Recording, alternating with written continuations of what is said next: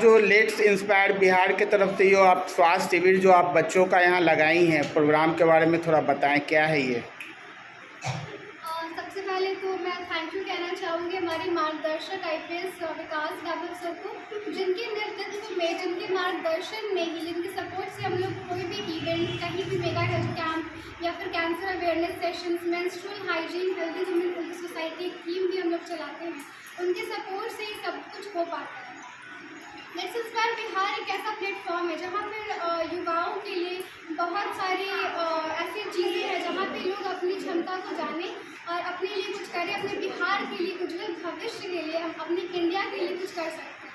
तो मैं health is wealth wing की फाउंडर हूँ लेट्स इंस्पायर बिहार में, और हेल्थ इज़ वेल्थ चैप्टर के अंतर्गत बहुत सारे जगहों में, पटना जिला हो गया, समस्तीपुर जिला, वैशाली जिला में तो हेल्थ इज़ वेल्थ क्लिनिक का हमने एक निर्माण किया है OPD के तहत, जिसका संचालन डॉक्टर जस डेंटल सर्जन है वो करने वाले हैं। 5 अगस्त को उसका इनॉग्रेशन भी होने वाला है विकास कामत सर के नेतृत्व में। और ऐसे हेल्थ इज़ वेल्थ विंग के अंतर्गत हम मेगा हेल्थ कैंप हम लोग हमेशा ऑर्गेनाइज करते रहते हैं, बिकॉज स्वस्थ समाज होगा तभी हम लोग एक दूसरे को अगर जागरूक कर रहे हैं, एक इंसान जागरूक हो रहा है, वो अगले 4 इंसान को और मोटिवेट करेगा और प्रेरित करेगा। आपने बोला कि मतलब ये हर पूरे मतलब बिहार में हर ज़िलों में आप इस तरीके का ऑर्गेनाइज करती हैं प्रोग्राम को लेके, मतलब ये स्वास्थ्य शिविर से ही रिलेटेड होता है कि और भी कुछ चीज़ों से लेके? ये आपका मेन, आपका जो हेल्थ इज़ वेल्थ आपका स्वास्थ्य से ही रिलेटेड ये विंग है क्या? हाँ, हेल्थ इज़ वेल्थ विंग में मेगा हेल्थ कैंप ऑर्गेनाइज करते हैं अपने एक्सपर्ट डॉक्टर्स के साथ, अवेयरनेस सेशंस भी करते हैं जो भी महत्वपूर्ण टॉपिक्स हैं, जैसे कि कैंसर अवेयरनेस है, डाइट को लेकर के, ब्रेस्ट फीडिंग प्रोग्राम्स को लेकर के, डाइट के मामले में भी लोग जागरूक नहीं हैं, उसके लिए भी हम लोग अपने स्पेशलिस्ट के साथ बिहार के जितने भी जिले हैं, अभी शुरुआत हमने किया है पटना जिला, समस्तीपुर, वैशाली एंड सारण डिस्ट्रिक्ट में अभी रिसेंटली हुआ है, वैशाली में भी अभी सीतामढ़ी में भी ऐसे होने के चांसेस हैं। मतलब इस विंग को आप बड़ा मतलब धीरे धीरे आपका ये, तो ये रेनबो हाउस जो बेघर बच्चे लोग हैं वहाँ पे आपने स्वास्थ्य शिविर लगाया है, इसके बाद आप लोगों का क्या है? आप इसके बाद फिर कहीं कार्यक्रम है और भी कौन? IGMS के डॉक्टर्स भी हमारे एक्सपर्ट्स जुड़े हुए हैं, डॉक्टर अंकिता सिंह मैम हैं, फिर एक फिजिशियन भी है डॉक्टर अमरेंद्र सर, डॉक्टर जस डेंटल सर्जन NMCH से है मिस्टर रवि सर जो कि लैब टेक्नोलॉजिस्ट है। हमारे जितने भी कैंप्स होते हैं, अभी जो भी हमारे क्लिनिक्स का जो भी इनिशिएटिव है, उसमें फ्री ऑफ कॉस्ट जो भी बेसिक ब्लड टेस्ट जो भी रिक्वायर्ड है पेशेंट्स के लिए, वो उनके थ्रू ही किया जाएगा। और भी डाइट के लिए हमारे अनामिका झा मैम, सुप्रिया मैम, आयुर्वेद का भी हमने एक बहुत अच्छा थीम रखा है, बिकॉज आयुर्वेद को लोग भूलते जा रहे हैं, जिसको मतलब प्रमोट करने के लिए डॉक्टर शालिनी झा मैम जो कि कदम में से अभी PG भी कर रही हैं, उनके थ्रू हम लोग हेल्थ इज वेल्थ वीक में आयुर्वेद को प्रमोट करने के लिए इसकी वो जागरूकता फैलाने की पूरी कोशिश कर रहे हैं। आपने बताया PMCH, IGIMS, यहाँ के जितने सारे डॉक्टर आते हैं कुछ चार्जेस भी लेते हैं? नहीं, यहाँ पे जितने भी लोग आते हैं वो एकदम सेवा भाव से समर्पित हैं और ये अपनी मतलब इच्छा से आते हैं, इनका कोई ऐसा पेमेंट मोड कुछ भी नहीं है। सब लोग LID में हेल्थ इज वेल्थ वीक में अपना पूरा सहयोग कर रहे हैं। मैं सबके लिए बहुत थैंकफुल भी हूँ, सबके सपोर्ट से ही मैं इतनी चीज़ों को चला पा रही हूँ। आप अपना इंट्रोडक्शन बताएं। मेरा नाम निधि कुमारी है, मैं डिपार्टमेंट ऑफ फिजियोथेरेपी से हूँ और ऐसे पोएट्री राइटर भी हूँ। चलिए, थैंक यू।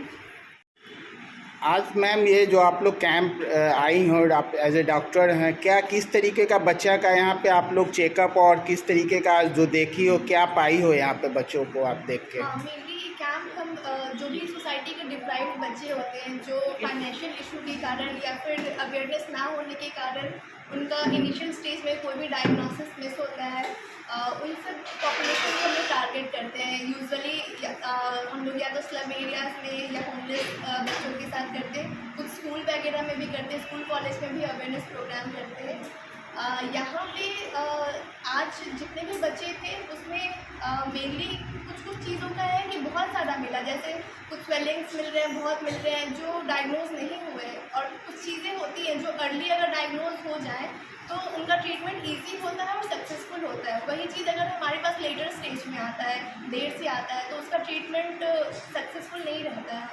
और मेनली LIB के अंडर हम लोग जितना भी कोशिश होता है सोसाइटी के लिए कर सकते हैं, जितना हमारे अंदर है, और धीरे धीरे हम लोग और लोग इससे जुड़ते जा रहे हैं। हम एक होते हैं, 4 को जोड़ते हैं, वो अगला फिर 4 को जोड़ेगा। ऐसे करते करते धीरे धीरे बिहार में स्प्रेड करेंगे। हमें awareness educational, mainly medical educational sections जैसे मेंस्ट्रुअल हाइजीन, ओरल हाइजीन, या अपने हेल्थ से रिलेटेड जो भी चीज़ है कि मुझे कुछ हो रहा है तो मुझे सेल्फ मेडिकेशन नहीं करना है या कुछ खुद से नहीं खा लेना है, हम डॉक्टर से मिले। वो जब ये बच्चे या फिर बड़े भी धीरे धीरे डॉक्टर से ट्रीटमेंट लेंगे तो उनके मन में आएगा कि अब फर्दर आगे भी अगर कोई दिक्कत हो रहा है तो हम एक्सपर्ट ओपिनियन लें।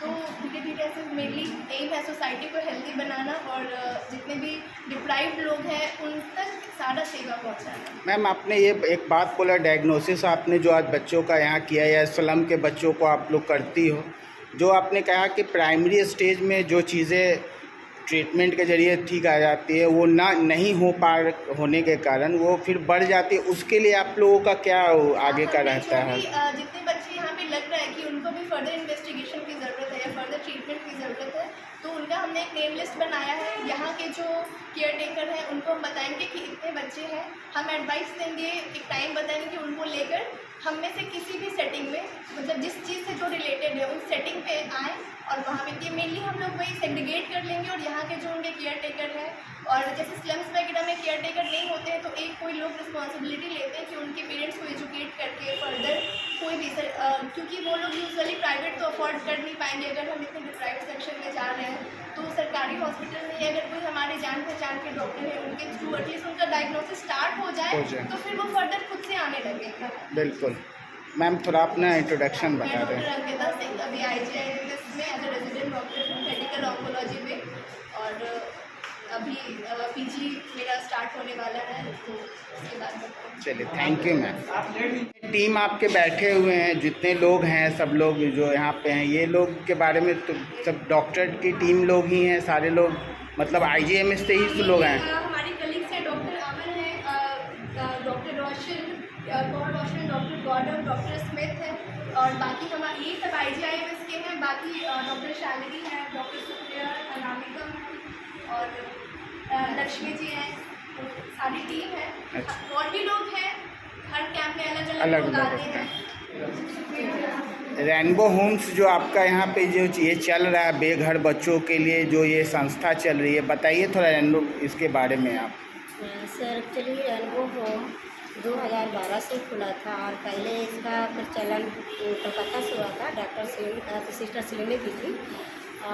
जब से रेनबो होम हैदराबाद का प्रोजेक्ट है, और हम लोग ऐसे बच्चों को लाते हैं जो बच्चे बेघर हैं, बिल्कुल सड़क पर रहते हैं, कचरा चुनते हैं, भीख मांगते हैं, और उनका एजुकेशन से दूर कोस रहते हैं, तो हम लोग उसको लाते हैं, शिक्षा देते हैं, उनको हेल्थ देते हैं और भोजन भी देते हैं। और यहाँ पर ही जितना भी अदर अलग स्किल भी करवाते हैं, स्किल डेवलप के लिए जितना सर्वांगीण विकास का हम लोग काम करते हैं। मतलब ये सिर्फ लड़कियों के लिए है? हाँ जी सर, सिर्फ लड़की लड़का के भी है, लेकिन तो यहाँ जो 3 होम जो चल रहा है पटना में, जो सिर्फ लड़की के चल रहा है, 2 बॉय चल रहा है। किस एज ग्रुप, कितने एज ग्रुप के बच्चे हैं आपके पास? 6 से लेकर 18 लोग। अभी इस होम्स में कितने बच्चे होंगे?